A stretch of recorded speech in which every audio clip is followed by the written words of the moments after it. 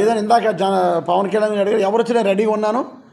So నేను ఒకటే చెప్తున్నా, కాకినాడ పట్టణంలో గాజు గ్లాస్ ఉంటుందని నేను భావిస్తున్నాను.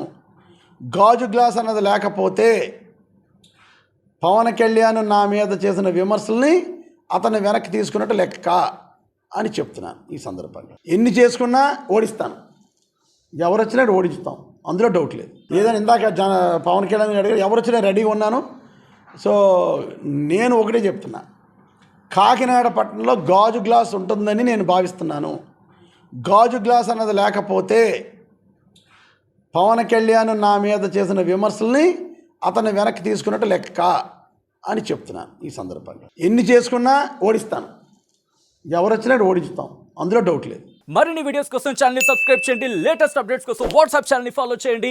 అండ్ లింక్ డిస్క్రిప్షన్ లో ఉంది.